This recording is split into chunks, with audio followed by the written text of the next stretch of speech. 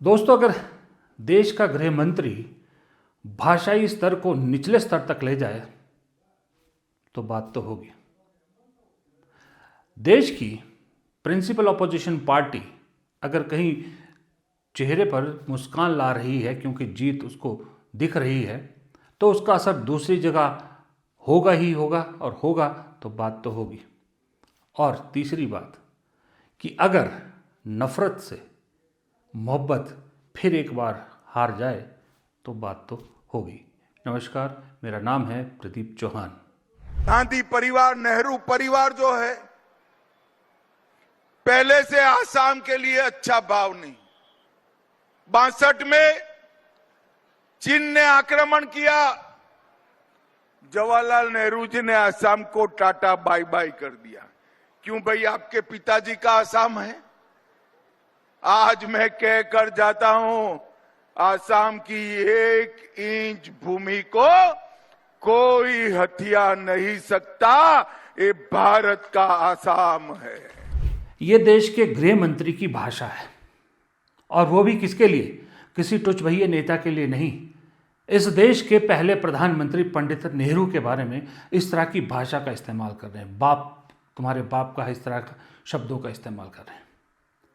उस नेहरू के बारे में जिसके विजन का आज तुम खा रहे हो, उस नेहरू के बारे में जिसने अगर इस देश की नींव ना रखी होती उस तरह से, तो आज ये देश जिसको तुम कहते हो हम विश्व शक्ति हैं, हम विश्व गुरु बन गए हैं, ये सब डींगे ना मार रहे होते। और उसके बारे में ऐसी भाषा का इस्तेमाल किया जा रहा है। सोचिए, सिर्फ इमेजिन कीजिए कि कांग्रेस के किसी नेता ने बीजेपी के किसी नेता के बारे में या प्रधानमंत्री के बारे में ऐसी भाषा का इस्तेमाल किया होता तो इस वक्त देश में क्या चल रहा होता, मीडिया क्या कह रही होती। लेकिन गृह मंत्री, देश के पहले प्रधानमंत्री के बारे में ऐसे कह रहे हैं, कोई फर्क नहीं पड़ता। देश के हीरोज को डिमीन किया जा रहा है, बदनाम किया जा रहा है, कोई कुछ नहीं कह रहा है। ये भाषा है, ये संस्कार है। फिर अब आपको रामनवमी के दिन डीजे पर नाचता हुआ, अश्लील गाने पे नाचते हुए युवा युवतियां दिखें, मस्जिद पे जाकर भगवा फहराते हुए लोग दिखें, तो फिर उसमें ज़्यादा हैरान होने की ज़रूरत नहीं है। क्योंकि जहाँ पर इन सब चीज़ों को रोकना है, वहीं पर अगर इस तरह की भाषा का इस्तेमाल हो रहा है तो बाकी जगह तो फिर क्या होगा आपको मालूम है। और राहुल गांधी के बारे में फिर, और प्रियंका गांधी या सोनिया गांधी के बारे में ये अच्छी भाषा का इस्तेमाल करेंगे, ये सोचना भी बेवकूफ़ी है। इसलिए मैंने आज सबसे पहले ये दिखाया कि देखिए, मेरा ये सब दिखाने का मकसद ये है कि ये सब टेम्परेरी नहीं है, इसका रिपरकशन बहुत दूर तक जाएंगे। ये कहीं ऊपर से लिखवा के नहीं लाए स्टाम्प पेपर के कि अब तुम ही सत्ता में रहोगे। मैं ये सोच सोच कर अक्सर घबराता हूं कि जिस दिन सत्ता बदलेगी उस दिन इन सब का क्या होगा। उस दिन इन जो इस तरह की भाषा बोलने वाले हैं बीजेपी में, उन लोगों का क्या होगा। भाई, कांग्रेस लाख बुरी सही, कांग्रेस में लाख गुटबाजी सही, कांग्रेस लाख लथार्जिक सही, कांग्रेस लाख भ्रष्टाचारी सही, लेकिन आज तक मैंने कांग्रेस के मुंह से ऐसी भाषा नहीं सुनी। मोदी शाह तो छोड़िए, अटल बिहारी वाजपेयी या आडवाणी के बारे में भी कांग्रेस के किसी नेता ने अपशब्द का इस्तेमाल नहीं किया है, नहीं किया है किसी ने। मोरारजी देसाई के बारे में नहीं किया, किसी के बारे में नहीं किया, संघ के नेताओं के बारे में पर्सनल कमेंट नहीं किए। ये तो कांग्रेस में इससे अच्छा है कि नहीं है। खैर, बात कांग्रेस की आ रही थी, तो चलिए, ये इनका काम है, ये करते रहेंगे। राहुल गांधी जैसा कहते हैं कि नफरत के बाजार में मोहब्बत की दुकान खोलनी है। अभी फिलहाल नफरत जीत रही है, कोई बात नहीं, लेकिन एक वक्त मोहब्बत का भी आएगा। मोहब्बत कभी तो कामयाब होगी। मोहब्बत के कामयाब होने में यूं भी हमने पिक्चरों में भी देखा है, पढ़ा भी है कहानियों में, कि मोहब्बत को कामयाब होने में बहुत संघर्ष करना पड़ता है कामयाबी तक पहुंचने के लिए। तो वो संघर्ष अभी चल रहा है। असम में लड़ाई दरअसल बीजेपी बनाम कांग्रेस नहीं है। असल में लड़ाई है नई कांग्रेस बनाम पुरानी कांग्रेस। नई कांग्रेस ये है जो कांग्रेस ने वहां उतारी है, पुरानी कांग्रेस वो है जो कांग्रेस छोड़ के हिमंता बिस्वा शर्मा के साथ जाके बैठ गई है। वो सब फूके हुए कारतूस थे। पुरानी कांग्रेस वर्सेस नई कांग्रेस की इस जंग में बीच में कांग्रेस ने जो अब आइडियाज या जो अपनी बातें कह रही, जो मुद्दे रख रही है, वो भी अलग हैं। यूं लग रहा है कि उधर तो एक ही मुद्दा चल रहा है, गौरव गोगोई पाकिस्तानी है, कांग्रेस ने ये किया, नेहरू ने वो किया। जो सचिन पायलट ने भी कहा कि आज भी इतने सालों बाद भी नेहरू के नाम पे ही वोट मांगने पड़ रहे हैं। लेकिन कांग्रेस क्या मुद्दे लेके आ रही है? कांग्रेस 5 गारंटियां दे रही है महिलाओं समेत, महिलाओं के लिए जो योजना है। उसके अलावा जुबिन गर्ग को न्याय की बात कर रही है, और उसके अलावा जो और योजनाएं हैं वो अपना प्रोस्पेक्टिव सामने रख रही है कि हम ये आपके सामने रख रहे हैं। डॉक्टर बिरला के चुनाव प्रचार में आए हैं और हमारी जो 5 गारंटी है उसमें कोई बिना शर्त के, बिना दबाव के महिलाओं के खाते में सीधा ट्रांसफर किया जाएगा राशि। दूसरी महत्वपूर्ण बात यह है कि 10 लाख परिवारों को जमीन का पट्टा दिया जाएगा।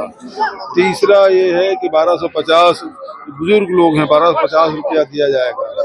और सबसे बड़ी बात यह है जो आसाम के अस्मिता से जुड़ा हुआ मामला है, जुबिन दा को जो न्याय नहीं मिला, हेमंता की सरकार में जिस प्रकार से अनदेखा किया गया, न्याय नहीं मिला, और पूरे आसाम की जनता चाहती है उसे न्याय मिले, तो 100 दिन के भीतर में उसको न्याय दिलाया जाएगा।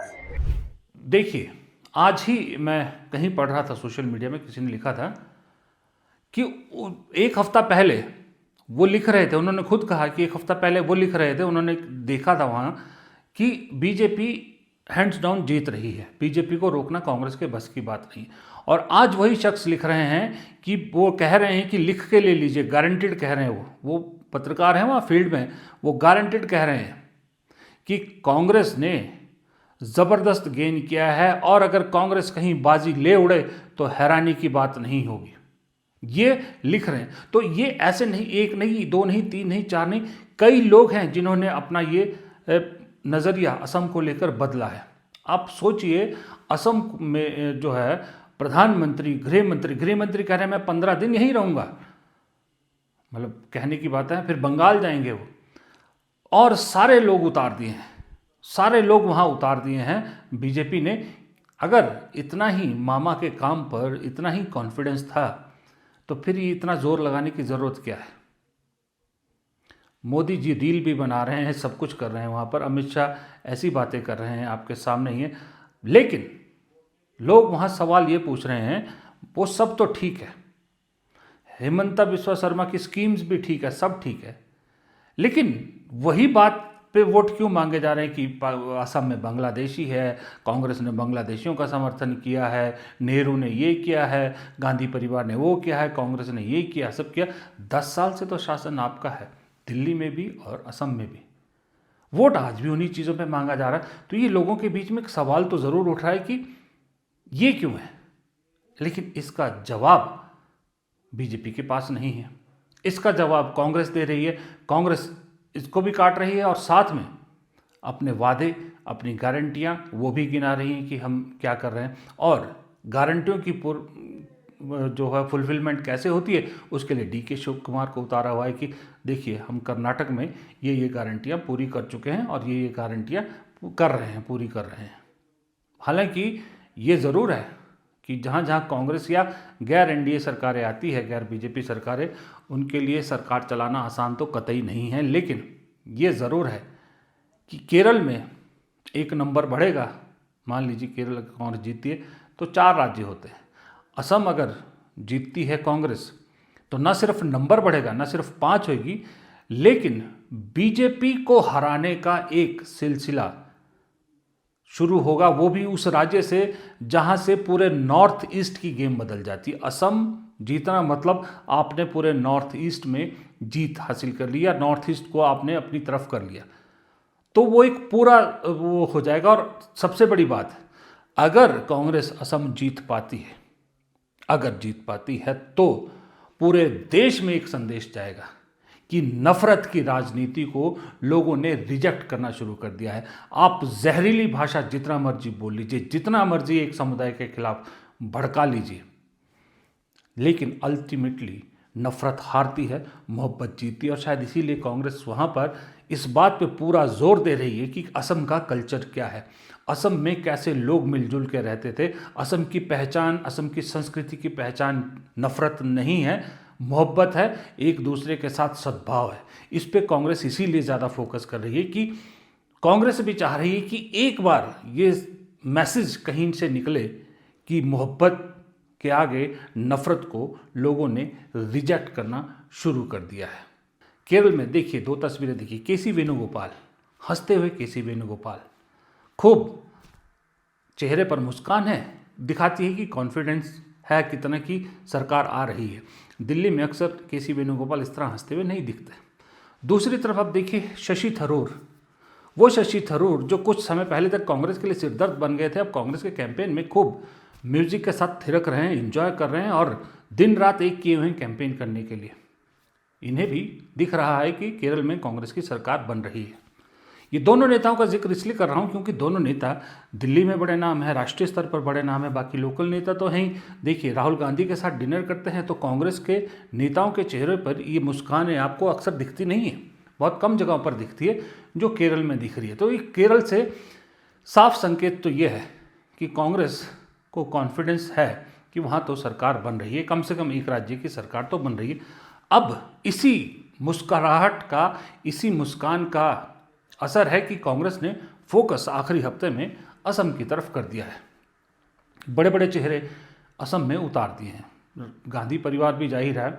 लेकिन मुझे असम के चुनाव में इस बार एक चीज़ थोड़ा सा अलग लग रही है, अच्छी लग रही है कि असम में खास करके कांग्रेस की तरफ से युवा चेहरे कमान संभाले हुए हैं। अक्सर कांग्रेस में क्या लोगों को दिक्कत थी, क्यों युवा पीढ़ी नहीं जुड़ती थी कांग्रेस से, वो इसलिए कि वही पुराने घिसे पुटे चेहरे दिखते थे। लेकिन आप असम में इस वक्त देखिए, गौरव गोगोई युवा कमान संभाले हुए हैं, सचिन पायलट उतर गए हैं, सचिन पायलट पुरजोर जो है वो वहाँ पर प्रचार कर रहे हैं। राहुल गांधी, प्रियंका गांधी, यहाँ तक कि जो सहयोगी है रजौर दल के अखिल गोगोई और दूसरे गोगोई, वो भी कैंपेन इस तरह कर रहे हैं कि वो लग रहा है कि वो अपनी पार्टी से ज़्यादा गौरव गोगोई को मुख्यमंत्री बनाना चाहते हैं। रजौर दल के जो अखिल गोगोई हैं, वो उनका कैंपेन जो है, जिस तरह से वो कांग्रेस के उम्मीदवारों के लिए भी वोट मांग रहे हैं और जिस तरह से वो गोगोई के नाम पर वोट मांग रहे हैं और लोगों से कह रहे हैं कि गोगोई कितने अच्छे मुख्यमंत्री बनेंगे, वो अपने आप में अनप्रेसिडेंट है। गठबंधन बहुत होते हैं, पहले भी बहुत गठबंधन हुए, कांग्रेस के भी दूसरों के भी, लेकिन एक दूसरे के लिए इस तरह से वोट मांगते हुए कम ही दिखते हैं। उधर गौरव गोगोई और इन्हीं के दल की जो गुवाहाटी से उम्मीदवार हैं, उनके लिए रोड शो करते हैं। लाखों की भीड़ इन रैलियों में आ रही है। गौरव गोगोई की भीड़, रैलीज में लाखों की भीड़ आ रही है। राहुल गांधी, प्रियंका गांधी की रैली में तो आएगी। सचिन पायलट जो एक ऐसा चेहरा है जिनके बारे में शायद कल भी जिक्र किया था, वो वहाँ पहुँच गए हैं और वो जो बात कह रहे हैं, सचिन पायलट उन नेताओं में नहीं है जो हल्की फुल्की राजनीतिक बातें करते हैं, वजनदार बात करते हैं। और वो जो बात कह रहे हैं वहाँ पर, वो लोगों को अपील भी कर रही है। मीडिया क्या दिखा रहा है अलग बात है, लेकिन कांग्रेस वो पार्टी है जिसके समर्थक, जिसके प्रशंसक हर गांव, हर कस्बे, हर गली मोहल्ले में हैं और कांग्रेस पार्टी एक विचारधारा है। अभी जो आपने पूछा, भाजपा तो क्लेम कर रही थी कि लोकसभा में जीतेंगे 400 सीट, आए 240, 2 बैसाखी लेके सरकार चला रहे हैं। और असम के अंदर ये जो घमंड और अहंकार की राजनीति है, जो नफरत फैलाकर लोगों को धमका कर, डराकर वोट लेने का जो शासन चलाने का जो काम किया 10 साल से, लोग परेशान हैं और जनता किसी से दबती नहीं है। सचिन पायलट के अलावा, मतलब इन चेहरों के अलावा, दिल्ली से आए चेहरों के अलावा, एक और चीज़ असम में कांग्रेस ने की है इस बार। आप वहाँ देखा हो, वहाँ आधे, करीब आधे उम्मीदवार ऐसे हैं जो 50 और 55 से कम के हैं। युवाओं को बहुत मौका दिया है, युवाओं को, युवा चेहरे उतारे। जहाँ सचिन पायलट अभी कैंपेन कर रहे थे, जो मैंने आपको दिखा, वो युवा कांग्रेस का अध्यक्ष है वहाँ का, युवाओं को उतार रहा है। ये बैटल जो है ना, वाकई में गौरव गोगोई और जो प्रभारी है उन्होंने ठीक कहा। फिलहाल इस वीडियो में इतना ही। वीडियो पसंद आया तो लाइक कीजिएगा, शेयर कीजिएगा, कमेंट बॉक्स में अपनी राय ज़रूर दीजिएगा और चैनल को सब्सक्राइब करना मत भूलिएगा। नमस्कार।